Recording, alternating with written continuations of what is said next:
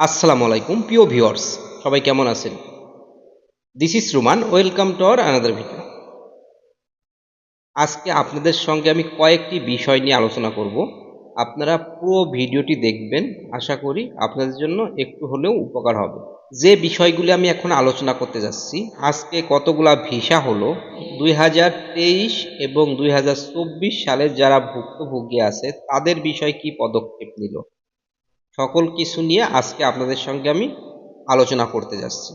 সর্বশেষ আপনাদেরকে ভিসা আপডেটটি আমি জানিয়ে দিব আজকে কতগুলা ভিসা হয়েছে।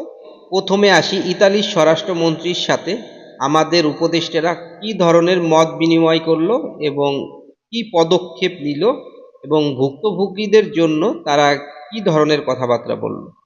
সব থেকে দুঃখের বিষয় হচ্ছে আমাদের বাঙালি জাতি হয়ে জন্ম নেওয়া। আমি এখন এটাই বলবো। হয়তো অনেকে বলবেন, ভাই এত বড় কথা বলছেন কেন? আসলেই এরকম বড় কথা বলতে হয় আমাদের। এটা কষ্ট থেকে বলতে হয়। বিশেষ করে যখন আওয়ামী সরকার ছিল, তখন সাধারণ জনগণের উপর একটি অন্যায় অবিচার চলেছে। এখনো যে আমরা খুব ভালো কিছু দেখছি সাধারণ জনগণের উপর, এটা দেখতে পাচ্ছি। আমরা যারা সাধারণ মানুষ আছি, বিশেষ করে যারা আমরা বাইরে যেতে চাই বা পড়ালেখা করে চাকরি করতে চাই, যে ধরনেরই কথা বলেন না কেন, অনেক বেকার যুবক আছে যারা মাস্টার্স কমপ্লিট করে বেকার হয়ে ঘুরছে, চাকরি হচ্ছে না। কারণ হচ্ছে তাদের টাকা নেই। কারণ এখন বর্তমান যে সকল নিয়োগ হচ্ছে, সুপারিশ ছাড়া নিয়োগই হচ্ছে না, সাধারণ জনগণের চাকরি নেই। এখন বলি, এই যে আমরা যারা ভুক্তভোগী আসছি আমাদের ইতালির জন্য, অনেকেই টাকা ধার নিয়েছে, কেউ জমি বিক্রি করেছে, করে একটি টাকা গুছিয়েছে। তারা ভালো একটি জীবনযাপনের জন্য, পরিবারকে ভালো রাখার জন্য ইতালি যাবে বৈধ পথে। বৈধ পথে যাওয়ার জন্য বিভিন্ন লোকের মাধ্যমে টাকা দিয়েছে, নুরুস্তা নিয়েছে। কারণ এখন 23-24-এর যে নুরুস্তাগুলো আছে, সকল নুরুস্তা অরিজিনাল। ফেক নুরুস্তাগুলো আগেই ওরা রিজেক্ট করে দিয়েছে। অরিজিনাল নুরুস্তাগুলো কেন আটকা আছে? কেউ বলছে মালিক রেসপন্স করছে না, কেউ বলছে আলেজা ঠিক নাই, সব ঠিক আছে। কিন্তু আমাদের যে উপদেষ্টারা আজকে যে স্বরাষ্ট্রমন্ত্রীর সঙ্গে বৈঠক হলো ইতালির স্বরাষ্ট্রমন্ত্রীর সঙ্গে, কেউ ওইভাবে 23-24-এর যে 60,000 ভুক্তভোগী আছে এটা নিয়ে তেমন কোনো কথাই তুলল না। একটি বিষয় খুবই আজব লেগেছে আমাদের আসিফ নজরুল স্যার, কিন্তু সে কি করলো দেখুন। আমাদের যে 60,000 ভুক্তভোগী আছে 23 সাল এবং 24 সালে, আর যে ফ্যামিলি ভিসার জন্য যারা ভুক্তভোগী আছে, এদের কথা না তুলে ইতালির স্বরাষ্ট্রমন্ত্রী পাশে বসিয়ে রেখে সে জর্ডানের কথা তুলল। তার পাশে ইতালির স্বরাষ্ট্রমন্ত্রী বসে আছে, সে ইতালির কথা তুলবে। সে কেন জর্ডানের কথা তুললে? জর্ডানে এ হবে ও হবে, এটা করবেন ওটা করবেন। আজব একটি দেশে আমরা বাস করি রে ভাই, খুব কষ্ট হয়। এই ধরনের একটি চেয়ারে বসে চেয়ারটি দখল করে সাধারণ জনগণের জন্য কিছু না করে তারা সবক শোনায় এসে। আর কিছু সাংবাদিক ভাইদেরকেও বলবো, যে সাংবাদিক ভাইরা এই 60,000 পাসপোর্টের সমাধান হতে যাচ্ছে, এটা হতে যাচ্ছে ওটা হতে যাচ্ছে, নানান ধরনের হেডলাইন দেয়, কিন্তু আজকে তাদেরও আমরা দেখলাম না যে তারা একটি কথা তুললো যে এই 60,000 ভুক্তভোগীদের কি হবে। মানুষ ভেবেছিল আওয়ামী সরকার গিয়েছে এখন শান্তিতে কাটাবে, কিন্তু আমরা কি শান্তি পাচ্ছি? যে ভুক্তভোগী তারা ভুক্তভোগীর কথা বলে নিজেকে জাহির করতে আসছে। তারা ইতালির স্বরাষ্ট্রমন্ত্রীকে পাশে রেখে তারা কিচ্ছা শুরু করে দেয়।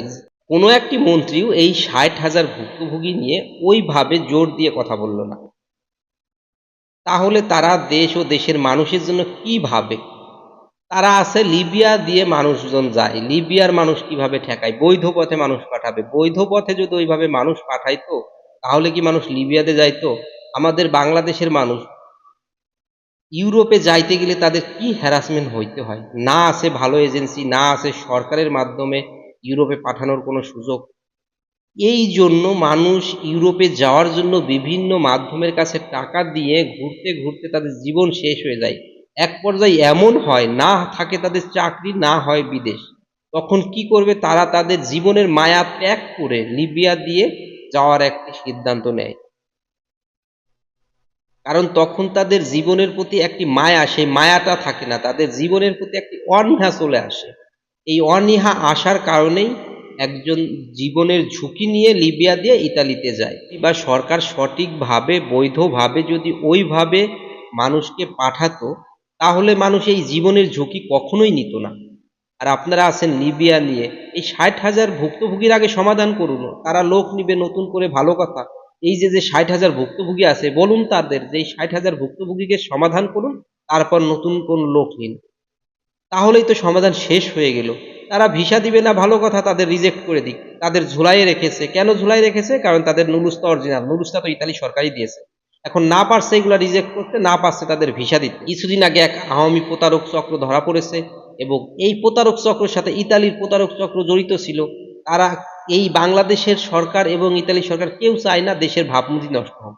কারণ যে কোঠাগুলো বাংলাদেশের জন্য ছিল, সেইগুলা তো প্রতারক চক্রের মাধ্যমে সে বিভিন্নভাবে জাল নুরুস্তা ছাপিয়ে সেই কোঠাগুলা শেষ করেছে, তার লোকগুলা পাঠিয়ে টাকার মাধ্যমে। এখন এই সাধারণ ভুক্তভোগী ভুগতেছে, কারণ তাদের কোঠা শেষ হয়ে গেছে। এখন কি হচ্ছে দেখুন, 23-24 বাদ দিয়ে 25 যাদের আবেদন করেছে তাদের অগ্রাধিকার বেশি দিচ্ছে। কারণ কি, 25 যারা আবেদন করেছে তাদের অগ্রাধিকার বেশি হওয়ার কারণ, 23-24-এর কোঠাগুলা দুর্নীতির মাধ্যমে শেষ হয়ে গেছে, কিন্তু 25-এর কোঠাগুলো আছে, দুর্নীতি হয়নি।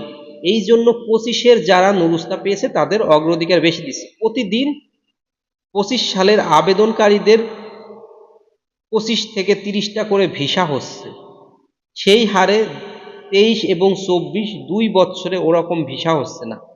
আজকে 50 থেকে 60টি ভিসা হয়েছে। এই 50 থেকে 60টি ভিসার ভিতরে 15 থেকে 20টি ভিসা হচ্ছে 2025 সালের যারা নুরুস্তা পেয়ে জমা দিয়েছিল তাদের।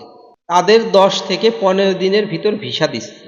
তাহলে 23-24 সালের যারা আবেদনকারী ছিল তারা কি দোষ করেছে? আজকে ভিএফএস গ্লোবালের আপডেটগুলো তাহলে আপনাদেরকে জানিয়ে দেই। আজকে টোটাল ভিএফএস গ্লোবালে রিটার্ন পাসপোর্ট পুনরায় সাবমিট এবং নতুন পাসপোর্ট সাবমিট হয়েছে 60 থেকে 65টা, এবং আজকে ভিসা হয়েছে 50 থেকে 55টা। এর ভিতরে নতুন পাসপোর্ট সাবমিট করে ভিসা হয়েছে 15 থেকে 20টা, আর বাকি এগ্রিকালচার ভিসা হয়েছে 10 থেকে 12টি। এর ভিতরে স্পন্সর ভিসা ছিল 5টি, ডোমেস্টিক ভিসা ছিল 1টি, টুরিস্ট ভিসা ছিল 1টি, আর বাকিগুলা ফ্যামিলি ভিসা ছিল। এটা হচ্ছে আজকের Dhaka VFS global visa update. তো আজকে খুব কষ্ট পেয়ে কথাগুলা বললাম, আমার কথায় যদি কোনো ভুল হয়ে থাকে আমি আন্তরিকভাবে দুঃখিত। আজকের মতো এই পর্যন্ত, ভালো থাকবেন, আল্লাহ হাফেজ। দেখা হবে অন্য কোনো ভিডিওতে নতুন কোনো আপডেট নিয়ে।